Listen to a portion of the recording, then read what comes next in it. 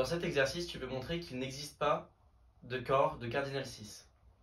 En fait, j'ai montré plus généralement que un corps fini, son cardinal va forcément être une puissance d'un nombre premier. En fait, j'ai montré que tout corps fini possède un certain sous-corps, un certain sous-corps qui vaille de la forme z sur pz pour p un nombre premier. Et donc, le corps de base, on va pouvoir le voir comme une extension de corps de z sur pz, en particulier comme un espace vectoriel sur z sur pz, et donc son cardinal va être de la forme p puissance k. Ça va être le but. Alors, le p qu'on va trouver, en fait, ça va être on va essayer de trouver le sous-corps premier. Qu'est-ce que c'est qu'un sous-corps premier? En fait, si j'ai A un anneau intègre,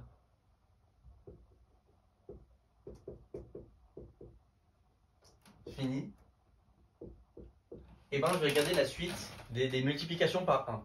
Je prends l'élément 1 fois 1 et je regarde.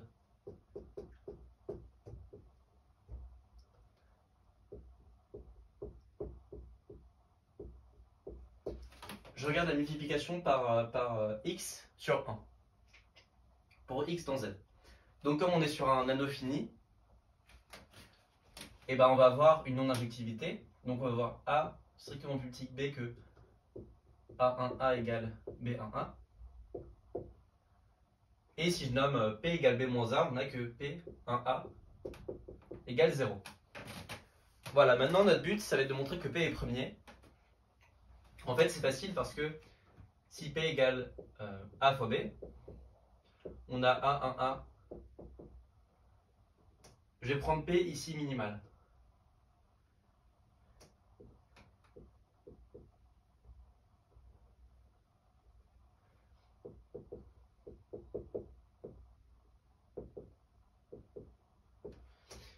Si on écrit P comme AB, on va faire jouer l'intégrité de l'anneau.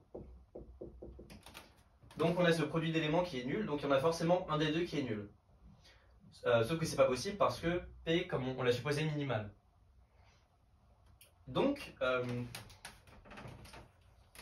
on a un certain P premier, et en fait je vais montrer que ça veut dire qu'on peut, peut injecter, on a un morphisme de Z sur PZ dans A. Ici, ce morphisme, il s'annule sur tout PZ. C'est un morphisme additif. C'est pas un morphisme, c'est un morphisme d'anneau même. Mais comme morphisme additif, son noyau, c'est PZ.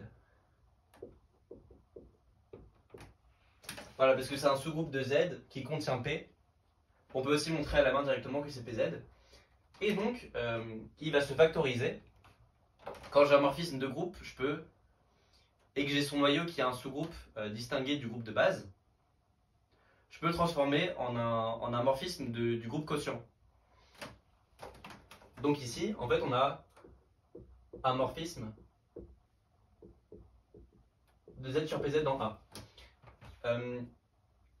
Bon, l'histoire de quotient, c'est dire que comme les éléments de PZ sont envoyés sur 0, quand j'envoie un entier et que je regarde la classe de x fois 1a, que l'entier x soit défini un multiple de p près, ça change rien puisque p fois 1a égale 0.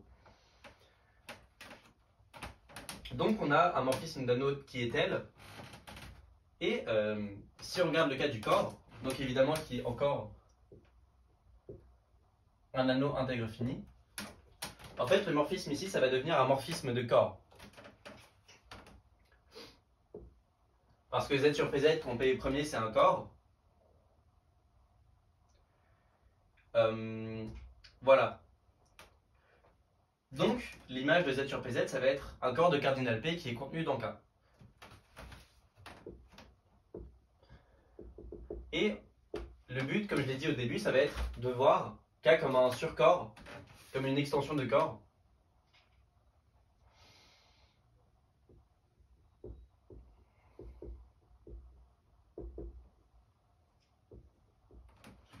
Voilà. En théorie des corps, ça veut dire qu'on a eu ce genre d'extension, ce genre de graphe. K va être un surcorps de K0. En particulier, K c'est un espace vectoriel sur K0. Ça c'est juste parce que, plus généralement quand on a une extension de corps, on peut définir la multiplication par un élément d'un sous-corps juste en prolongeant la multiplication naturelle pour un élément de K. Pour un espace vectoriel, il faut juste prendre un sous-groupe et lui ajouter ce que ça veut dire de multiplier par un élément du corps. Sauf que là c'est facile de voir K comme un K0 espace vectoriel, parce que les éléments de K0 c'est déjà des éléments de K. Donc la multiplication par K0 elle est déjà définie puisque K admet K0 comme sous-ensemble. Tout ça pour dire que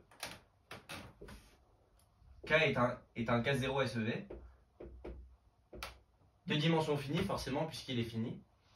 Et donc, si sa dimension est R, on a que K est isomorphe à K0 puissance R en tant qu'espace vectoriel. Et donc, a fortiori, le cardinal de K est une puissance de K0. Pour répondre à la question initiale, il ne peut pas exister de corps de cardinal 6 parce que 6 n'est pas une puissance d'un nombre premier. Pour aller un peu plus loin, en fait, on peut construire l'existence de tel corps. C'est-à-dire que pour tout P premier, et toute puissance de P, on peut construire un corps de cardinal une puissance de P. Voilà. Et